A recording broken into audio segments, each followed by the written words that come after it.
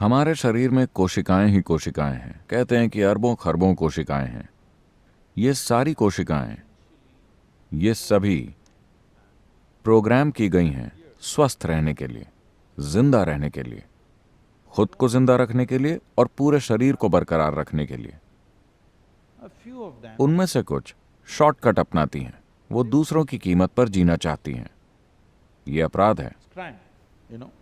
मान लीजिए कोई जेब कतरा है, उसका धंधा क्या है? आपने पूरे महीने में जो कमाया है उसे वो एक ही दिन में हड़प लेना चाहता है, लेकिन वो भी समाज का हिस्सा है जब तक वो पकड़ाता नहीं।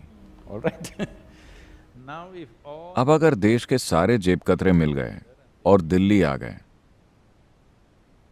तो अब हर किसी की जेब कट जाएगी, क्योंकि अभी ऑर्गेनाइज्ड है। तो अभी जिसे आप कैंसर कहते हैं वो बस यही है। हर किसी के शरीर में कैंसर की कोशिकाएं होती हैं।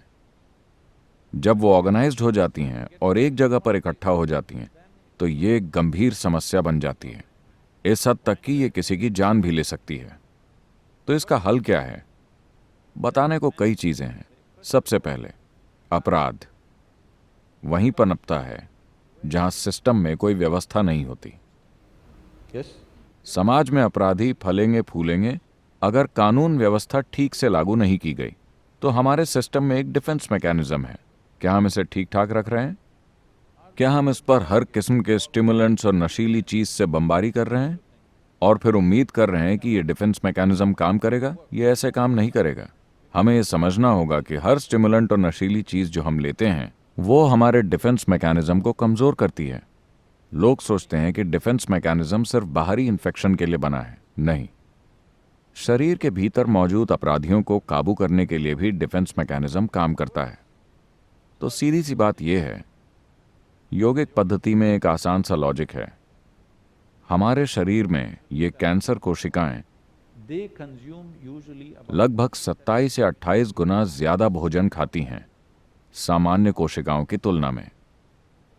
तो अगर आप भोजन के बीच के गैप को बढ़ा देते हैं, योगिक संस्कृति में एक भोजन से दूसरे भोजन के बीच के गैप को 8 से 12 घंटे होना सबसे अच्छा मानते हैं।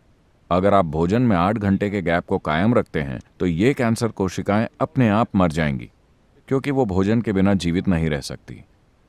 बाकी कोशिकाएं जीवित रहेंगी। तो हमेशा हमने तय किया हुआ था, सुबह एक भोजन, शाम को एक भोजन, बीच में कुछ भी नहीं खाना है।